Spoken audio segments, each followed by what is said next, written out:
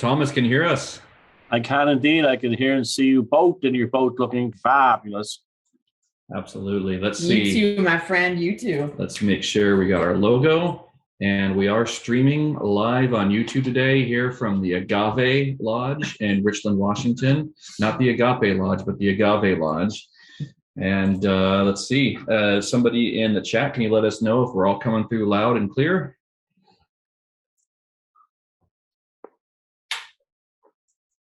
Thomas, how are you doing? I'm good, thank you. Great. So yeah, looks like Facebook's down right now. You said there's something about a rumor that they might be locked out of the building. Yeah, apparently I heard that a few people said that Facebook employees can't get into the actual building. No way. Whoever hacked, it looks like the passes are broken as well, the digital passes. What is going on? Right. That is nuts. Yeah, it's very interesting. It's kind of creepy, actually, but yeah, we'll find out, I'm sure. What a day for it to happen, too. Very strange. Definitely. All right. Yeah, I was reading the news article this morning about it. Just weird. So weird. Yeah.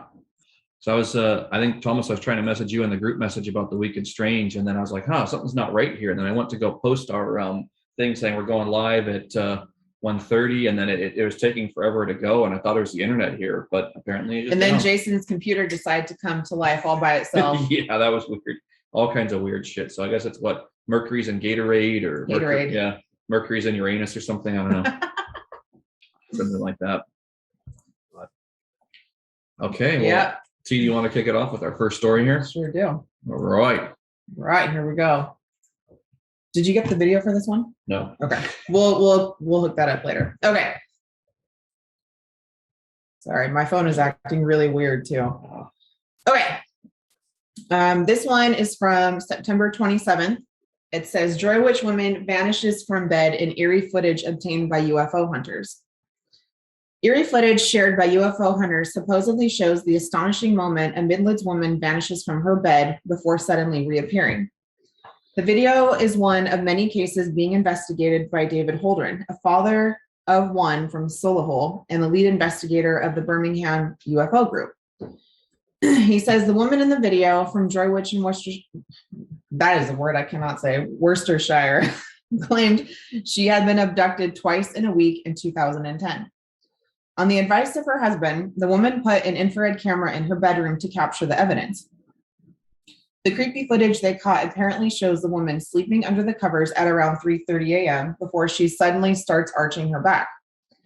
The bed covers then suddenly fold inwards and go impossibly flat, as if the woman had just inexplicably vanished from the bed altogether.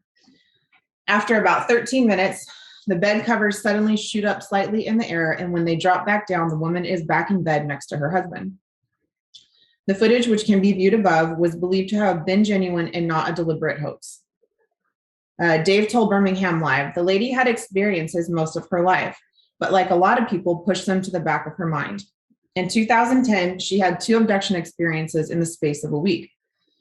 These were what is known as trigger experience, meaning it was so traumatic and obvious to her that she clearly knew something had taken place. It caused her to start reassessing what had happened earlier in her life, and that is when she got in touch with my group to investigate.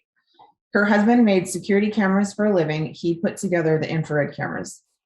He didn't really believe her at first, but after her first abduction experience, she was very frightened to go to sleep in the bedroom where it happened.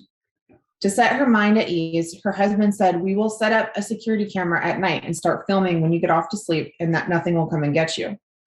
About 3 days after they set up the camera, she had the second abduction experience. She comes out of the experience and realizes something had happened.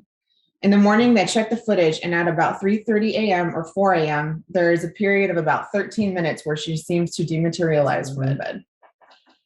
At 25 or 6 minutes to 4 a.m. probably. Yeah. Yeah. That's crazy. In 13 minutes. Have you seen the video?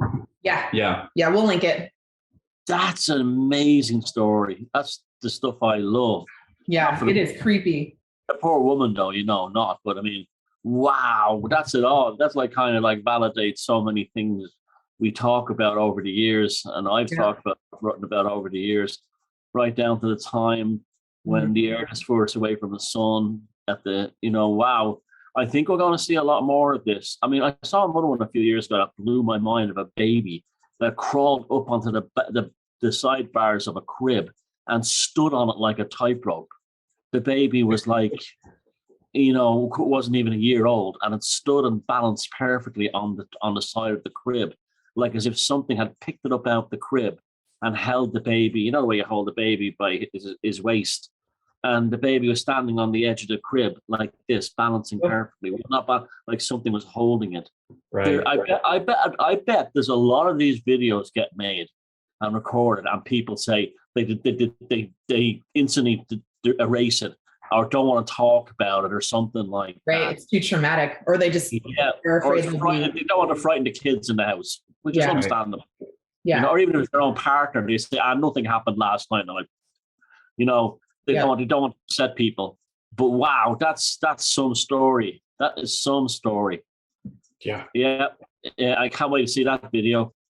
Yeah, it's one of these things where it's like, I feel like for this show, we're looking for shit like this every week. This is our goal right here, is getting something like this. So yeah, this one jumped out. Yeah, that leaped right off the screen. Yeah, great find, Tiffany. That's a good one. Shows a definite link between sleep paralysis, whatever sleep paralysis is. I believe it's actually you enter into some kind of other reality, and your body's literally dead in this one. And the alien abduction thing, it's definitely a link. I mean, what the Crowley say, our ancestors called them demons. We'll call them, the people in the future will call them something else. Yeah. And this is what it is. This is where we are. This is the entities thing here now. I'm wondering now, with the needlecraft, are more and more people going to be susceptible to this as a result of perhaps their psychic firewall having been damaged somehow by the needlecraft? Yeah, I would think so. And I think too, like, it's just now that we're getting closer to the thinning of the veil as we get closer to the end of the month here too, we're going to just start seeing stranger and stranger things. Because it's like, we were there, we're closest to the, towards summertime, things were okay. But now that we're moving farther and farther away and into the darkness, I imagine things just going to get a little weird here soon. Well, and we are in October. Yeah. Let me tell you something that happened today. I went to the lake with a sandwich for my lunch, and this guy looked like he was in his late 60s, early 70s, pulls up in a brand new SUV with the window open and standing there looking out at the lake. Now, this lake is Loch Cog, is a kind of a spooky lake anyway. It's kind of haunted, and but I like it there. But anyway, it suits my nature. But I'm having my sandwich, my own sandwich there, and there I keep. What he kept doing is, you turn on, looking like a zombie out the lake like this. Wow! That's how. I'm not kidding you, right? He would turn the heating on for you'd hear the blower on the heater coming on because he had his window down. The blower on the heating coming on for 10 seconds. Switch it off. What? Switch it on for 10 seconds. What? I'm not sure. I swear to What was blowing this guy's mind? I gotta know. He did it about 80 to 100 times, and all the time I was there. You didn't record him at all? Back and then back. I know what I wanted to, but you don't know what you're dealing with, either. Yeah. And also, the man could have been ill, so I didn't want to take advantage of him. But it was the weirdest thing I've seen in years. Turn, switch off. But his mouth. Maybe he had a head full of acid or something. It was like he was using the blower in the car to communicate with some entity in the lake. And then he just reverses out. He just reverses out casually and goes out of the little, picnic area back onto the road. Man. It was bizarre. And I'm thinking to myself, is it the needlecraft effects? Right. Is he being abducted and then returned every 30 seconds? It's or some sort of walk-in, No, I mean, I can understand some of the car heating wasn't working and you're testing it. But it was almost like here's the thing. I was feeling really good and in a really good mood and enjoying myself. and I've done a lot of rituals at this lake edge, because it's haunted and it allegedly had a monster in it. It's also bottomless. They've never been able to find the bottom, and there's been loads of mysterious deaths in it over the centuries and stuff. But it was almost like he was sent there, some kind of, like some force had brought him there to be next to me, like a servitor or something, or like a something. And it was, when I say it was bizarre, it was bizarre. Okay, and that's all that happened. What a thing to witness. Yeah. Behold. Oh, that's like awesome. some force had brought him there and took him away. Yeah. It reminds me too. This was a few years ago now. I want to say this was in 2018. No, it was 2019. In the fall, I want to say I was near Lake Washington, part of Puget Sound, at the beach. And there was this guy that had just kind of, like, I arrived at the beach and he was just crawling out of the water and he was mumbling and just like totally, could have been the same thing. He could have been insane. He could have been mentally ill.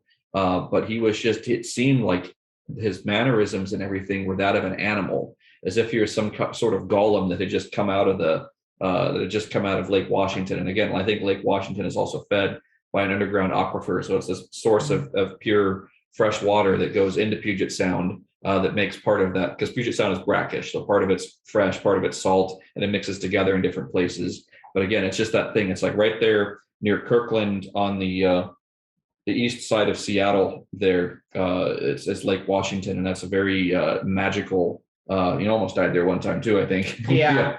I had a near Washington. drowning accident there. Yeah. And the guy wasn't mentally ill in the kind of like psychiatric outpatient sense. Couldn't have been, because he had a brand new Ford pickup truck. Oh yeah. They're very expensive here in Ireland, so he had money. But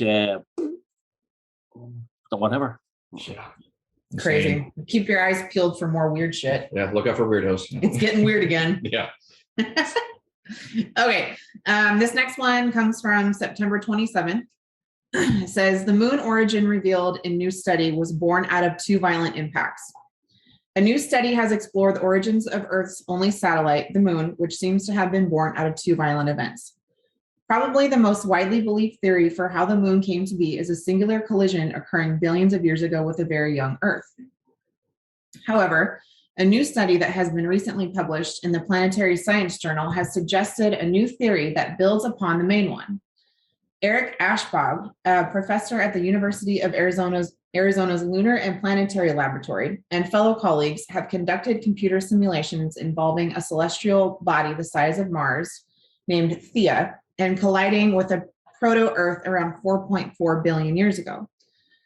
Rolling back the clock through these simulations, researchers found that a new theory was much better suited to the end result of what we observe today. The researchers suggested that Theia collided with Earth at a much faster speed than previously anticipated, which caused a hit-and-run incident and teed up Theia and Earth to collide again sometime 100,000 to 1 million years after the initial collision. The doctor explains, the double impact mixes things up much more than a single event, which could explain the isotopic similarity of Earth and Moon, and also how the second slow merging collision would have happened in the first place. Yeah. And didn't you just see that? Did you see that other thing that was just out in the news? They confirmed the 9th planet. Yeah. And weren't you talking about this whole thing last week too, Thomas? Yeah. About the moon. That's an old theory that the moon was a piece of the Earth, that a catastrophism of some kind, a comet or something hit the Earth and knocked a chunk of the Earth off into orbit. I don't buy that one. I think the moon was captured by the Earth. In fact, there's lots of things. The rock on the moon is quite different than the rock on the Earth, and there's lots of things like they could easily quantify. But I get the impression that the moon was somehow captured by the planet Earth. It brought it into our orbit, and it needed. I mean, I have this whacked out theory that it needed it to sustain life. In order to regulate the seasons, it needed the moon. So it brought the moon into its own orbit. We're talking about the Gaia thing now, conscious Earth.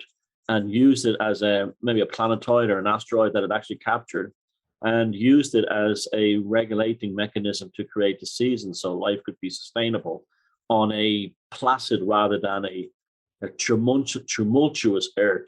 As we definitely know that the early Earth was like a place of volcanoes and lots of earthquakes. I don't know about buy this one, to be honest with you. It's also not a new one. I've heard that one as a kid. That's a pretty old theory. Nah, I don't know. I don't buy it. I think the moon came here from somewhere else and the Earth captured it or something. That I'm pretty much, unless I saw really hard evidence to the contrary, that's what I believe. We'll have to ask Crowley though about, because Jack Parsons put him on the moon that one time, so he's there and we can ask him to remote view it. And also we got our shout out here to David Nixon. Hey David, thank you for your awesome comment on last week's Weekend Strange. You helped us open up quite the portal, I would say. I don't know if you're on Facebook, right? And well, the platform formerly known as Facebook or whatever it is. We opened up some sort of portal in that comments, and that was just some great bullshittery. Awesome. That was just some great. Epic fuckery. Mr. Nixon is a natural chaos magician. I'm convinced of it. Yes, yeah, and the dude Baba Yaga, I don't even know what to call him. It's something brainchild or something. He's the one that made that long ass comment about sister wives and swastikas and huts and everything, and that reminded me of when we were watching Hellier and the Terry Rift type of thing. Thomas, have you watched Hellier? No. Okay, well, any of you here in the chat that have watched, or any of you watching this at home, if you've seen Hellier and you know how they get these emails, their emails, right? Mm-hmm. From Terry Wrist, it's like, is this some sort of entity communicating through email? And there's just that same kind of vibe, the language that this character uses. And he might just be some real person. Dude, if you're watching, sorry if I'm calling you some entity or something, but but with Mr. Nixon's comment there, our friend, I'm just going to call him Baba Yaga, chimed in, and that was just some funny shit, but it just reminded me. We were pulling numbers out, running our names through the ciphers, gematria. Yeah, we were doing all that, picking apart some of the numerology he was using there. I see Tina's in here. Roger Braintree, that's right. Thank you, Tina. Roger Braintree, if you're watching, please send us an email at br313@gmx.com. So br313, all one together, @gmx.com, because we'd love to have you on the virtual pub a week from yesterday. But yeah, there's some chaos magic that happened there between Mr. Nixon and Mr. Braintree and all the we all got roped into it. It was amazing. And we broke Facebook, we broke Facebook. And a couple days later, we were like, oh shit, a portal opened up. We broke the internet. We broke the internet. But so anyway, watch the whole series twice, Tina said. Yeah, it's some good stuff. And I do like the author, help me out. Alan Greenfield. We're going to have him on the symposium here soon. I do like his work there. Thomas, are you familiar with his books at all? To my shame, no, I'm not familiar at all. The Secret Cipher of the Euphenots is his. That's the one where he goes into the new English Aeon Kabbalah. I can't remember exactly what he called it. Yeah, new Aeon Kabbalah. I might be wrong, Mr. Greenfield, if you're watching, I would consider him kind of an independent Thelemite, where he uses a lot of stuff from the canon of Crowley's work.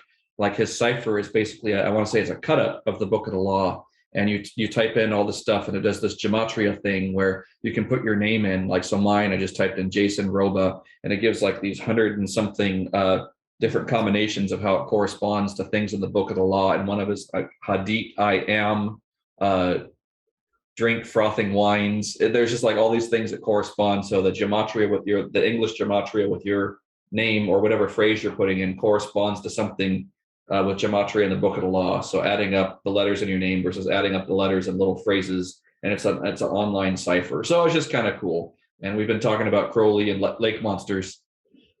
Speaking of ciphers, I have an amazing story. I think I posted it on MeWe a while back. Do you know what a 14 event destroyed the Irish Mafia in New Jersey? What? A 14 event destroyed the Irish Mafia in New Jersey. And a commuter train in the early 1960s was going from Jersey City to Manhattan, and there was a lift bridge on the Passaic River that opened to let ships through. Mm-hmm. The bridge had been opened and the train driver went through the red light, and the train ended up in the Passaic River.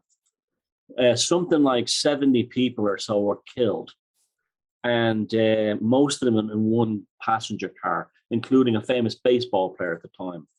Now, at this time, there was no state lotto in New Jersey. So there was a lotto that was run by the Irish Mafia in New Jersey. And when the car was pulled out, it had a number on it. I think it was 713. And was shown in the papers. And all the people had died in this, and they found them all alive. They tried to push the, it's a horrible story. They tried to punch their way through the glass, but couldn't get out of the train and drown, right? But the train, I think, was a number called 713. The carriage, the wagon, whatever you call it, the car, the passenger car, we call it there, right? All the people in New Jersey who saw this newspaper article played the number 7, whatever the number of the train was, 713. It came up. What?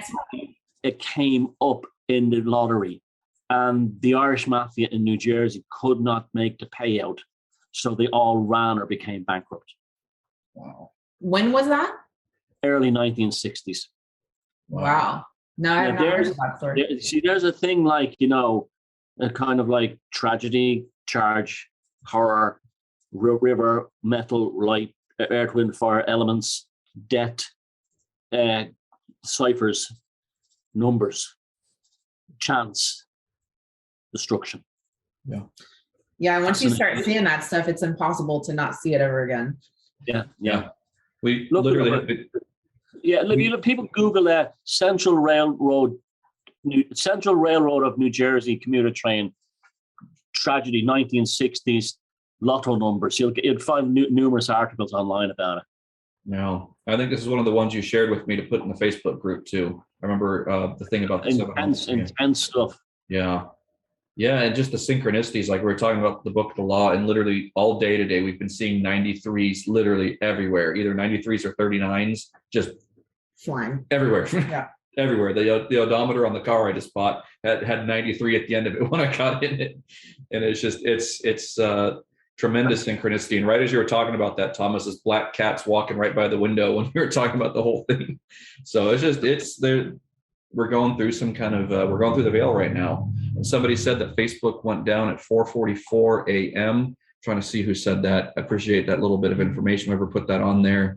And then, it's just lots of things, lots of synchronicities. And the cipher, somebody pointed out the cipher in the Book of the Law. That's not the same cipher that Alan Greenfield did. But yeah, there's that one in there. I think it's in chapter 2 or chapter 3 of the Book of the Law.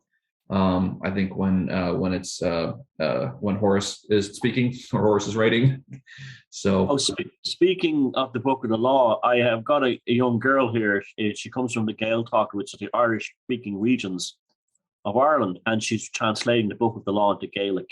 Oh wow! Like that, yeah. Wow, that is going to be a piece of art. Mm-hmm.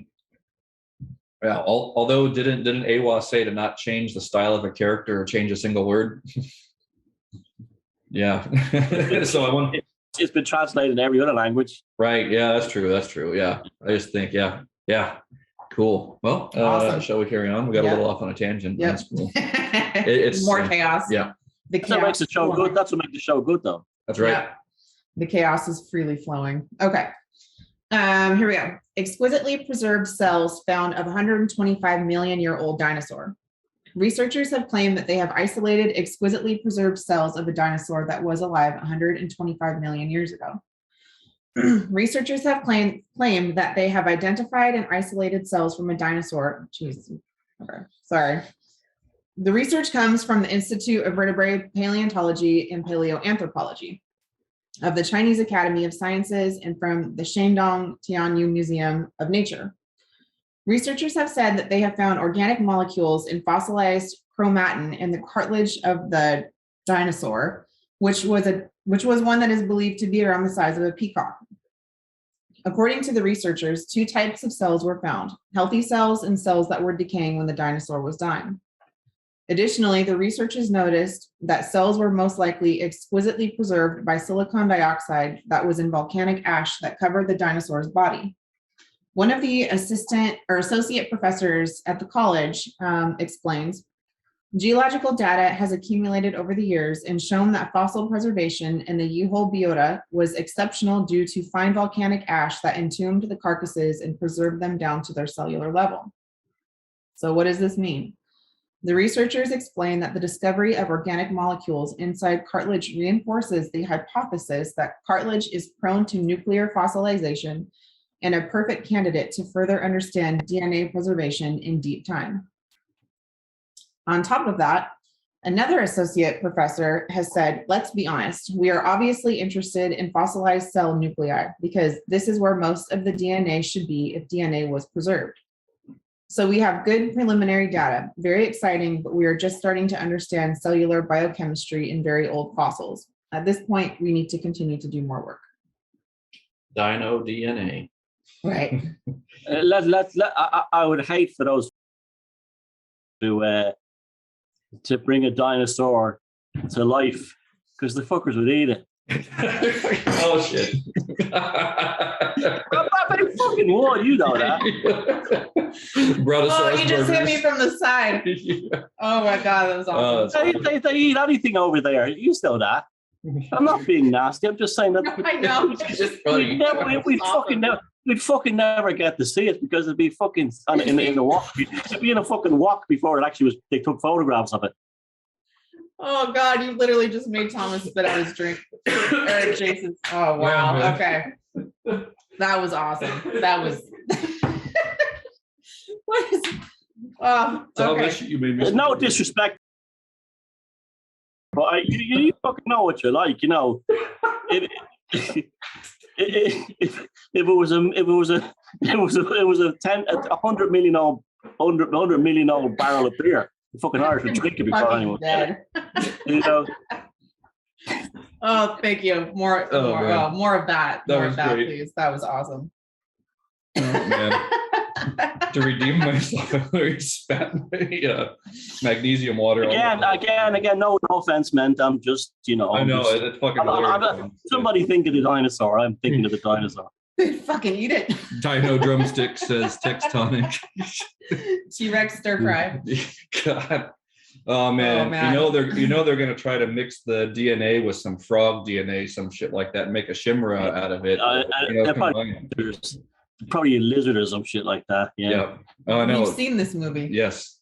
Yeah, and I gotta use that word because everybody loves it so much when I mispronounce chimera and call it chimera. So I gotta find a way to just say that in every week in Strange for you. Hey, we made one of those earlier this week. Timothy made a chimera. We'll have to use that as a we'll as the photo for this, as the thumbnail. But Thomas, that's some hilarious shit. Brontosaurus burgers and that was freestyle. That was good. That was good. I'm only being humane. Well, reptilian, I guess. You know, whatever. Yeah, that's good. The queen would be very upset about one of her cousins being eaten. Oh God! All right. All right. That was awesome. Yeah. Are you ready to give us the weather report? Let me switch over my audio. Yeah, roll. Yeah. What we need now is a Jason out of fucking Chinese gone. Is it bad? Is it great? Are you happy? Are you irate? The weekend psychic weather.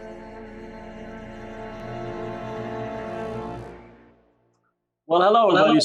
The psychic weather this week is what we just spoke about, the thinning of the veil. We're heading towards Samhain. We're heading towards the part of the year where the light fades and the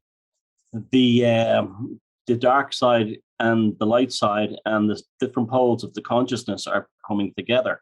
So what you can expect in the next couple of weeks until early November, remember we're not completely sure the date of Halloween or Samhain.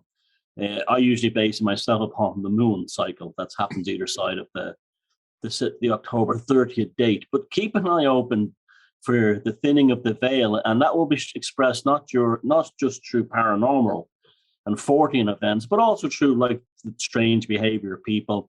Maybe perhaps today what happened on Facebook could be part of that. We just don't know. It could be something along these lines, but life will become surreal and fantastic.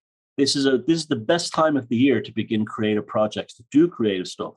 This is why people go to craft store. We go to America. I know Halloween's a big deal there, but all the housewives go to the craft store and they buy craft material, and the kids all build all these kinds of things. It's a very creative, lovely thing. I think it's actually a very nice thing. And in the old days, people used to carve fruits and vegetables and stuff like that. I don't know if you've ever seen the original Irish jack-o'-lantern, but it's like the most horrifying thing you could ever imagine. But this is the time of the thinning of the veil, the move into creative forces, and all in all, quite a nice, pleasant time. The only thing to be really concerned about at this time are people demonstrating behaviors that are probably off the cuff, saying things that they're quite hurtful and things like that. This is because, like, any kind of pathology in them might be brought to the surface. There's a thinning of a veil of every kind. So I would say for the psychic report weather this week, enjoy the falling leaves, enjoy the Halloween cooler days, and get out there and be creative. Because remember, what you're doing now is creating the rest of the year, the rest of the cycle, the rest of the months to come. So go in with a positive mindset. And also another thing I'd be wary about as well is in allowing strangers to move into your life. Be careful about that. This is the time of the year where generally the more kind of like pathological types try to take advantage, and they look for sort of winter feeding grounds. And so be very careful of anyone trying to move into your life, or people you've fallen out with trying to get back into your life around this time, because the pathological types begin to panic slightly at this time of year as they feel the cold coming in, the days shortening. But apart from that, it's quite a pleasant time, and the psychic weather is calm and creative. Thank you very much. Is it bad? Is it great? Are you happy? Are you irate? The weekend psychic weather.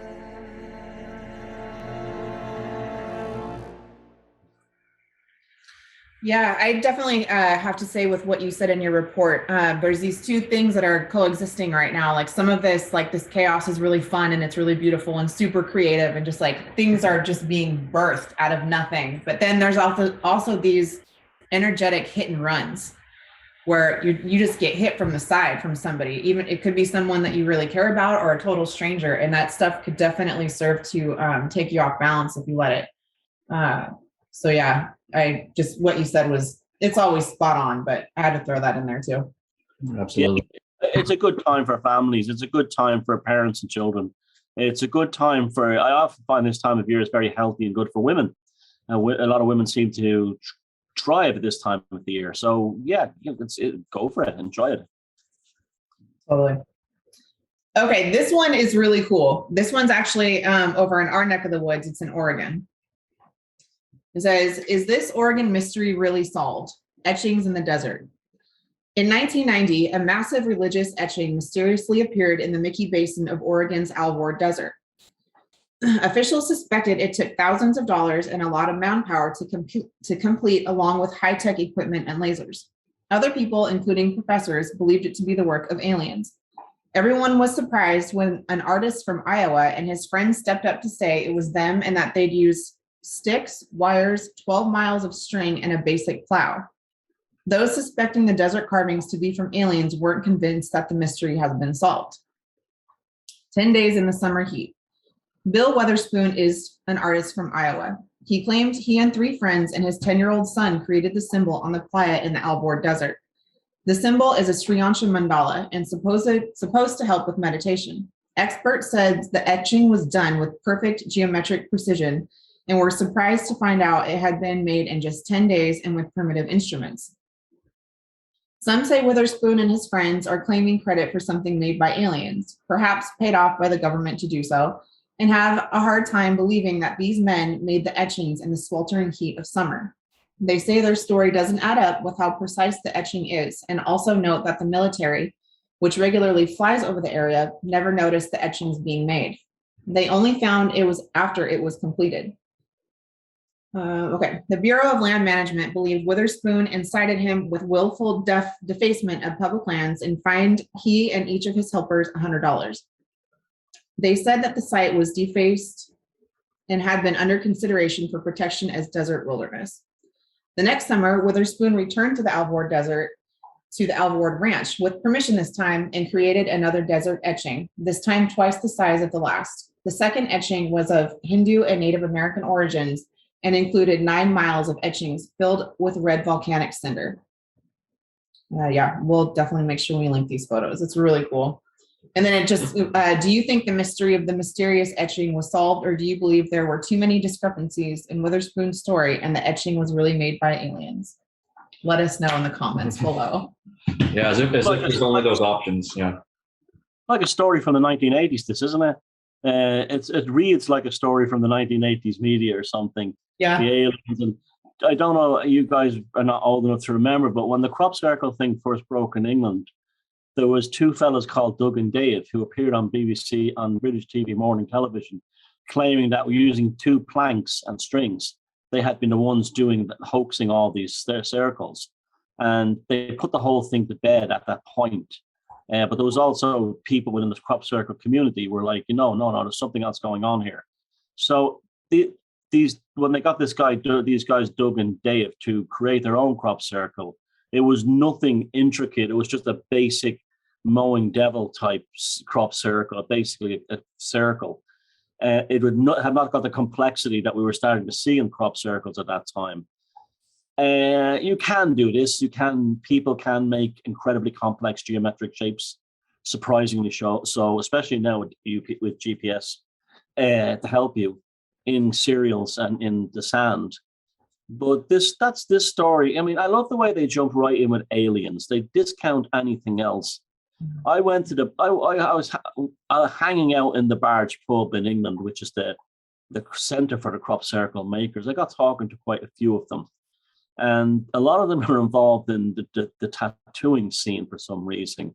But like some of them said, yes, we make most of them. Some of them, they're not made by us, and we don't know who's doing them. The government are testing weapons. That was a very common one. And then they said, also, they make them in shamanic states. They go out into the fields at night and they sort of meditate. And when they're finished doing the circle, this incredibly geometric shape appears. But there's also those strange lights that definitely do appear and have been filmed around the crop circles. What I would say, if these guys claim to have made this thing, offer them money to make another one just like it. And then we know if they're fakes or not. Mm-hmm. And then if they are fakers, then we could be onto something very interesting, very interesting. And so, yeah, I mean, that story is like something from the 1980s. It really is. Yeah, it has that old school style, that old feeling. Aliens and this kind of thing, yeah. Yeah, like what you said about like being in a trance state where communicate, the way that these articles make it, it's either a hoax or it's aliens. There's no other explanation the way they put it out there. But it's like this idea of going into a trance state or, communicating with some sort of entity that's allowing them or that's giving them this information. I feel like that's more likely that we're going towards. I think okay, do we still? Oh, okay, there he is. That's strange. Thomas, can you still hear us? We can see you, but we can't hear you. That was like almost someone took control of my computer. Yeah. That's what happened earlier. His computer, it turned on and started playing weird shit all by itself.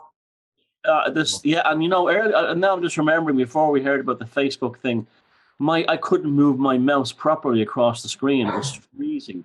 Same, so definitely, the veil is definitely thinning. There's something definitely going on. And we're talking about just right when that fucked up, we were talking about communicating with entities somehow, and it's literally like went out of phase there.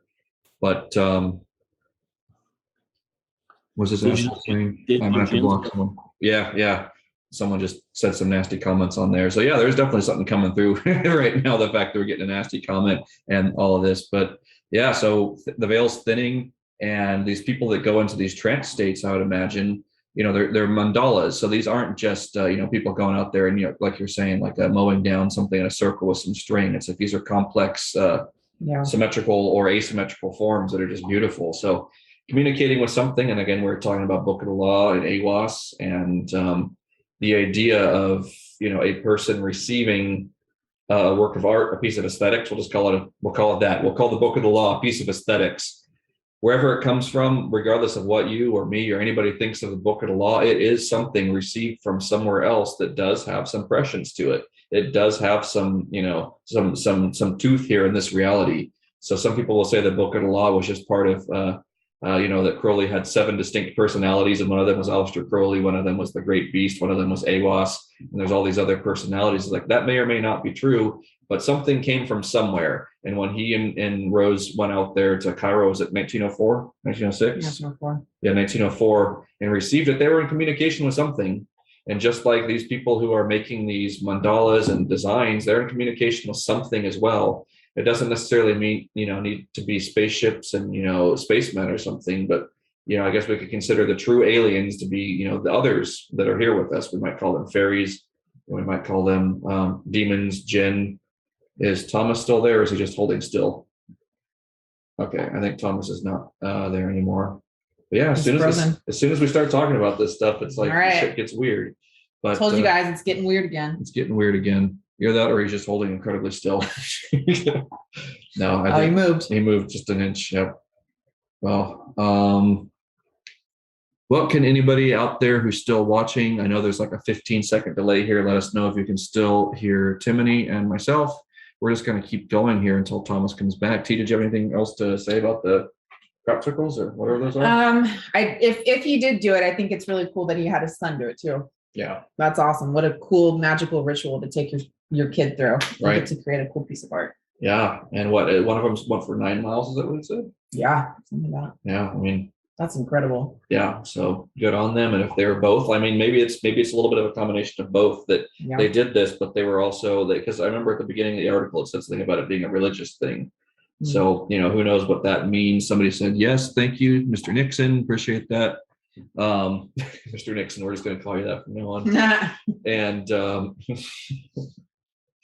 I think that's cool though. If they were in contact with something, that's like you said, that's something very special to be doing with your son. Again, that's like another Terry Wrist thing. Yeah, like, right. Who is this? Who's guiding this? Who's planting these ideas, and who are the people who are picking up what they're putting down? Yeah. So yeah, hopefully, the folks with Hellier, what are their names again, Timony?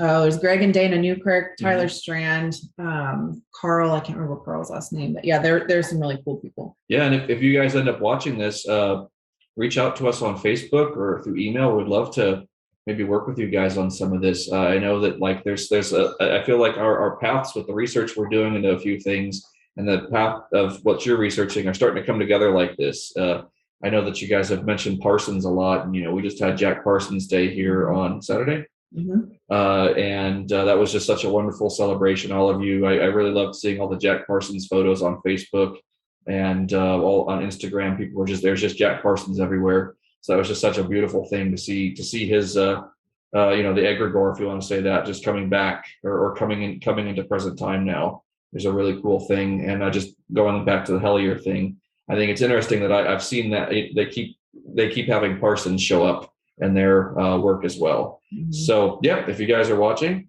reach out, get br313@gmx.com. It'd be great to work with you guys. Yeah.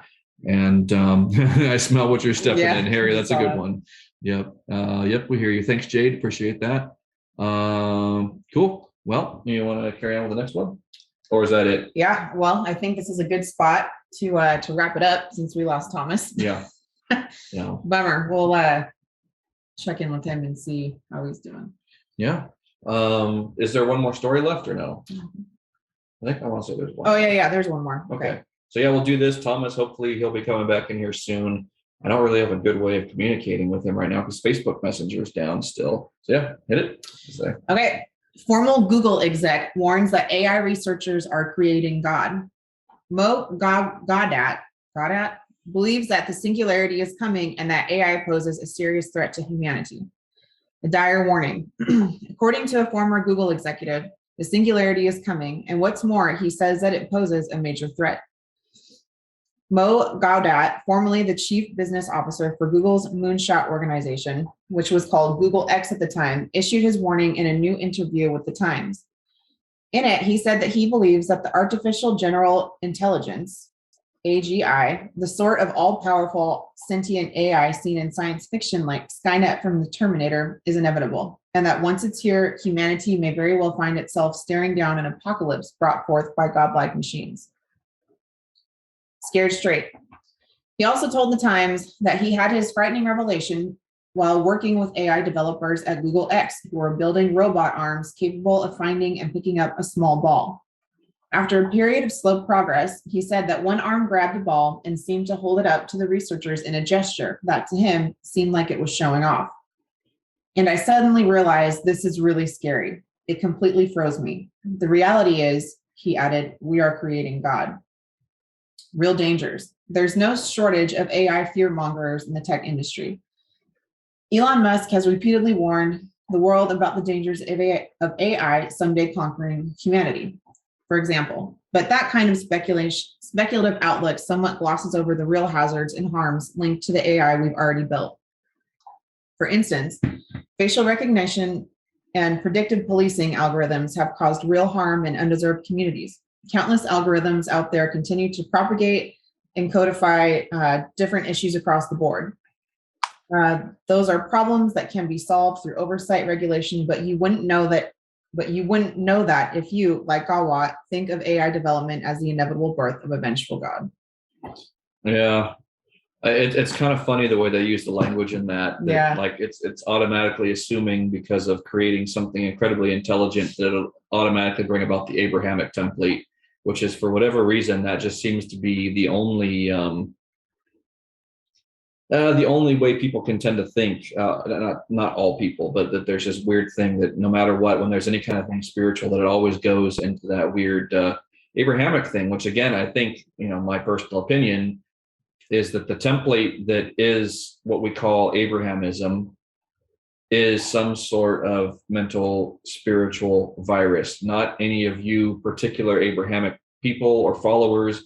I'm saying the template that goes behind it that brings about, the cycle of, one singular God and a judgment day and a destruction, all of that. And that's kind of what they were doing with that article, is this idea that, creating AI, which will be all knowing, which there's a thing again, linguistically, knowingness and having information are not the same thing. Like a computer algorithm can record everything we're saying, and we'll have a series of correspondences of definitions of all the words we're using. But as soon as we give it something that it doesn't have a definition for, which hasn't been programmed into it, needlecraft, for instance, until somebody puts that into the lexicon of terms that Google's AI uses, so they know that it corresponds to something else, it won't know what to do with that, or it'll automatically assume, we're talking about, actual work with little needles. So it's like having a tremendous amount of information and data, as the tech people call it. That doesn't mean knowledge. That doesn't mean that, just because something is knowing. They have this idea of like AI being all knowing because it has all the sensors and literally everything. Like we keep talking about the dark IoT, the Internet of Things, not the Illuminates of Thanateros, but the dark IoT, that all the devices in everyone's household are going to be capturing everything and transferring over through 5th generation internet. And they like to think that maybe there'll be this all-knowing AI, but it's just a bunch of data filling up tremendous amounts of storage somewhere. Well, and the little things that they try and implant into the way that they wrote that too, like the destruction of humanity, and it's these robots are going to be more than we could ever be, and it's just like right. I hate that condescending ass shit. Yeah, that Elon Musk thing of like humans becoming irrelevant now. Yeah, obsolete or whatever. Obsolete. Yep. Well, if you look at all the people who work in the tech industry, not all of them, but so many of them are already like robots anyway, and they wouldn't understand the contextual nuances that we use, like codes and conventions like needlecraft and ping pong and all this stuff, throwing it to get around it. The beautiful thing about this is that as soon as they figure out our codes, all we have to do is change them. Yep. We're the ultimate Enigma machine, and it gives us tremendous power. where you'd have like, oh, so you look at Zuckerberg, he's practically a robot. You know, there's nothing in there. He's mainlining nanobots. Information with no contextual understanding, and that's what we're up against. And I'm those of us who understand satire and nuances and all those kinds of things still have a tremendous advantage in this field and in this way of doing things. And we should never forget that. And I don't think they could ever make a machine that could actually do that, because your personality doesn't come from your neurology; it comes from somewhere else. That's right. And this just makes me think, as you're saying that, and as we're talking about AI and everything, I wonder, and this is going off on a weird esoteric bent, that I wonder if the Abrahamic template and the way that they're trying to tie that together with that article are one of the same thing. That, you know, that if you want to say whatever singular God that considers itself that has been, will be some sort of artificial intelligence software, not necessarily using the hardware interfaces that we have now, but something that may have existed a long time ago and has been continuously mocking itself up as like a mental implant, mental spiritual implant, or mental spiritual virus that came here again between dimensions, you know, somewhere through the thin. What was that? I have no idea. Speaking of something coming through dimensions, there's some weird shit over there. Okay. Yeah. Carry on. Yeah. But something coming through, you know, I was about to say at 3:30 in the morning when that sound happened, where it slipped through the veil there, and maybe that's where this came through. The singular, the individual God. What was it in Egyptian mythology? Akhenaten, is that the one that they went from a pantheon to a single? Is that right? Akhenaten, yeah. So like when that came through, whatever that was, did they find some old, you know, piece of electronics somewhere out there in the desert, you know, a couple thousand, 6,000, whatever it was years ago, that had a bit of this, and, you know, it mocked itself up. It just created that reality again. And that's how it's like they're just continuously trying to make this whole thing occur again. And that's what creates these cyclical things that actually work in cycles rather than as an evolution over time, creating something that goes through this continual creation, destruction within its confines. So I just wonder, is the Abrahamic thing maybe the same thing that this AI is? Because it's like, you know, going from solid state electrical technology, going from tube electronics, you know, the tube valves, as you guys would call them over there, from what, the early 20th century to the mid 20th century. And that jump from technology over into solid state tech is just something that went exponential, right? From 1950s onward, Thomas, is that right? Yeah, I mean, valves, the transistors came along in the early 60s, and it was like jump, and instantaneously valves, or what you call them, vacuum tubes, were gone, other than in specialist things like guitar amps where they gave a warm sound. Right. But in terms of their technological use, they were taken out overnight. Yeah. Overnight by transistors. And, you know, and then I can actually, when I was studying electronic engineering, I can remember when the first seriously proper microprocessors came out. And they were talking about like the early, like 81, 82. And they were so delicate that you couldn't even touch them with your finger. You had to wear gloves on them because the sweat from your finger could destroy them. Just like the tech people. And all they could do is a few the amount of integrated circuits in them was nothing compared to what you have now. Yeah, you know, it's just incredible how the thing, and we've reached a limit. Apparently, you can't make them anymore faster. That's why they have to go into quantum computing, because there's literally, you cannot make any more components any more smaller, and otherwise that's why you get so much heat in like video cameras and so, because they go on fire, because they're literally burning up making calculations. Well, yeah, I can remember that well. But there's just something magical about the vacuum tube. When you sit there and watch that thing warming up, it's like an oracle. It's like a crystal ball. There's some magical force taking place inside that vacuum, inside that glass bottle, that I find just something truly amazing about it. I don't know what it is, but I'm not surprised they were using them to try and manifest spirits back in the old days.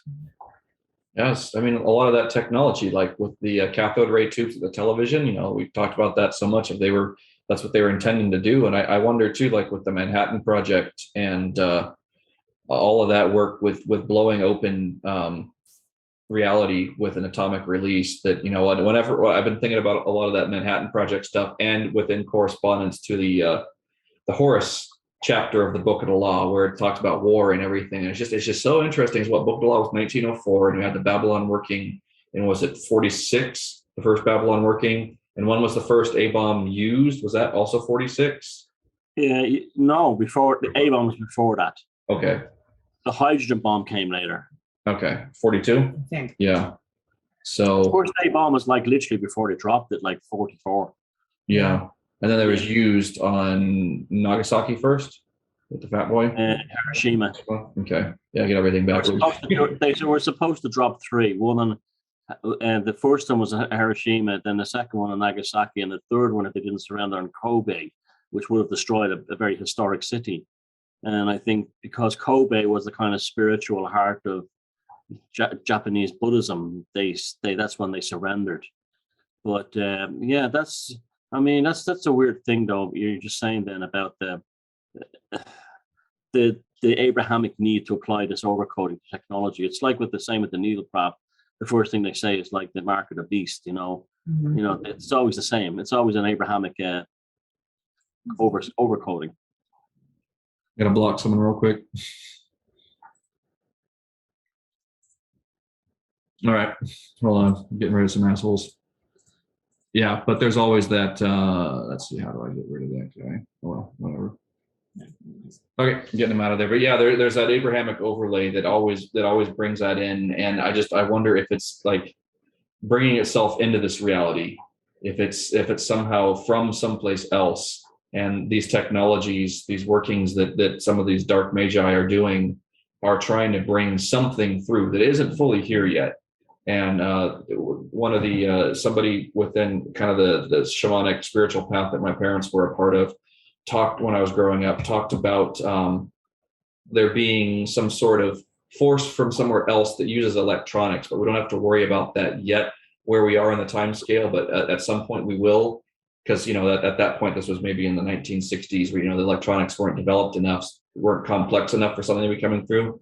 But at some point that there would be an interdimensional, if you want to use that term, interdimensional, from someplace else coming through electronics here. So again, it seems like a lot of people have talked about that over time, and it's kind of a pet theory that I made a few videos about this recently. That's like, yeah, you know, aliens and all of that. People talk about things from space, but it's like, no, there is this other reality, and these devices, much closer. Yeah, and we bring it closer and closer and closer as we put so much more of our life onto these devices and onto these networks and these fiber optic lines and everything that are everywhere, that it can just hold tremendous amounts of data, tremendous amounts of information.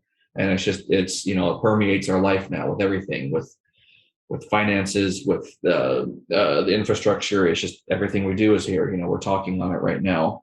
So, but yeah, but that idea of there just being only one. So there being one internet, there being one God, there being, you know, you can only have one something, there can only be one. Getting rid of the pantheon, getting rid of, like, we're even, you know, you're just talking about the Japanese Buddhism and Shinto, and, you know, that there's I want to say, I'm not an expert about this, but there's a pretty pagan tradition within the Far East, through Japan, through China, and it's just kind of like that got wiped out, and now it's been, you know, they've got Maoism, or, you know, the kind of communism that they've got in China currently, and in Japan, I want to say a lot of people are Protestant in Japan. Is that right?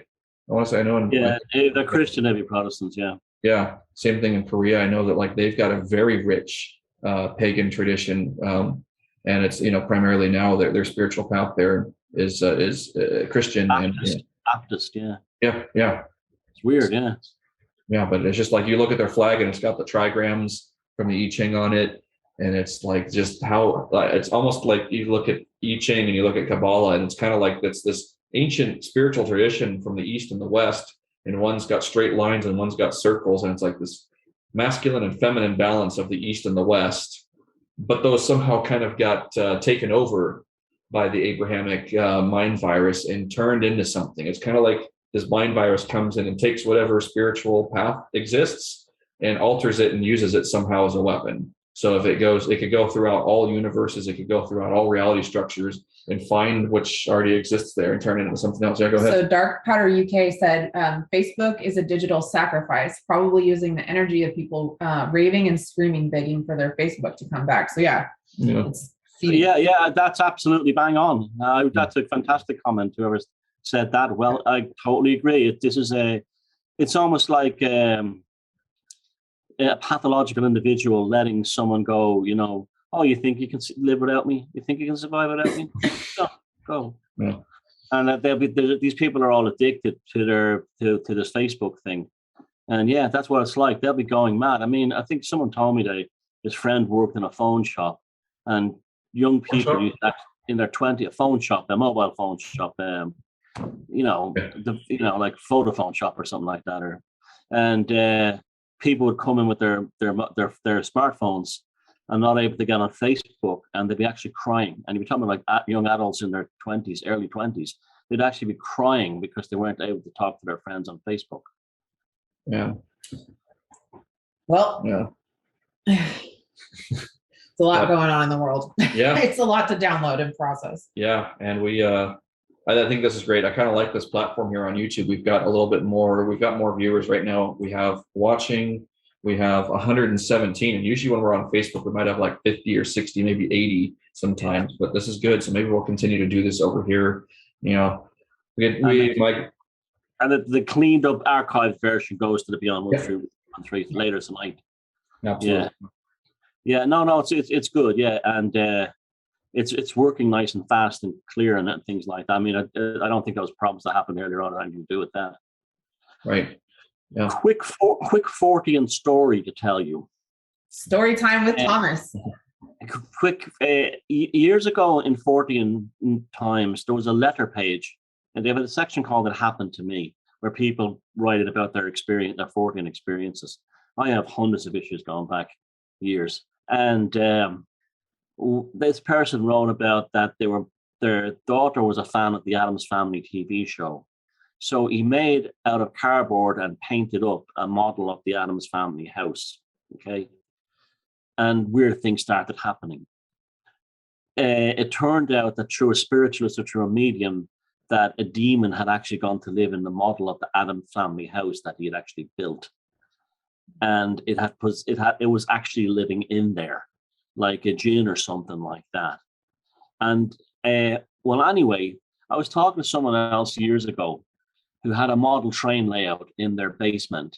And he said one of their cats was absolutely terrified of a building like a building in the corner of the layout, whatever. And now I'm starting to think, was there something good? The cat used to freak out if you tried to pick him up or show it to him, and would stare at this one building in terror, hissing, and run a mile. You wonder now, you think about the implications of that in terms of things like dolls' houses for little kids. You really do, don't you? And this, this whole thing of like, it's never spoken about. Like, I was just thinking about that, like little girls playing with doll houses, and is there risks to be there taken in that? Especially like the kid puts all their emotions into it, or perhaps there's problems in the family. Mommy and daddy are fighting, and she builds this imaginary world and swear mommy and daddy are friends in a dollhouse. Well, what's that going to attract?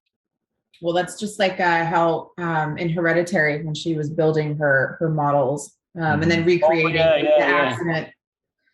Yeah, that was really her inner world. Yep. Yeah, it was really what we were seeing, her internal world, who's been those dioramas. I forgot about that. Mm-hmm.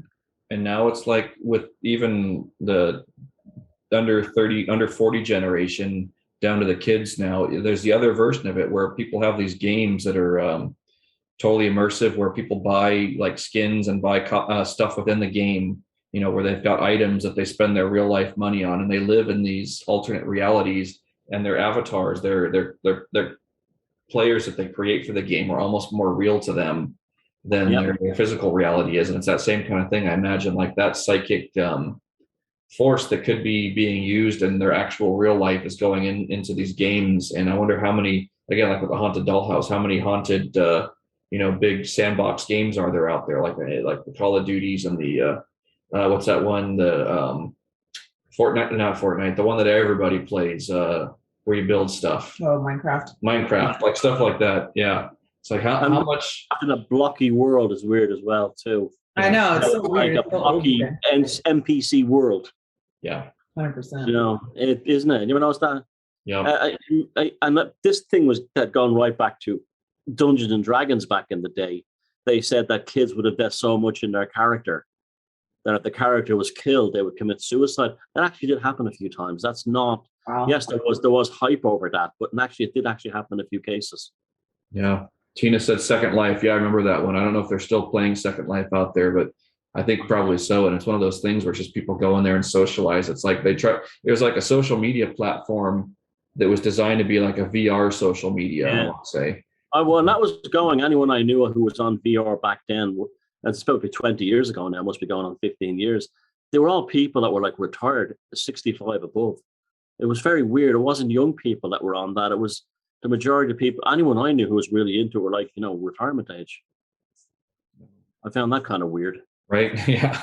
Just like, it's just that thing, like we talked about before with like all this ambition that especially us Americans are taught to like, do this, at the age of, 11, you have to have your college plan and your career all lined up.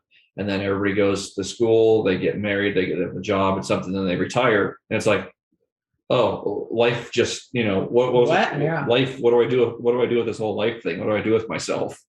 And it's just, there's a lot of retirement age people who just, lose it because they never had it. They were so were dissociated into their their career, where it's like finally that's all gone. It's like, what am I supposed to do with myself now? So all right, guys, well, we did it again. Episode 15 555 here is a good one. Yeah, it won't be long before 20. It's amazing, but it's been this many already, chugging right along. Yeah. So the next thing is the pub. Yep. Next Sunday. So I will see if we don't. We're all busy working on a film at the moment, so I don't think there'll be any symposiums this week. So I'll see you. We'll all see each other again on Sunday, I guess. Absolutely. Be here on Facebook or YouTube this time. So we'll pass around the links and we'll send them around on a fax with carrier pigeons. And yeah. All right. Well, thank you, everyone. All right. Thanks, Thomas. Thanks, guys. Good night, everybody. Good night, everybody.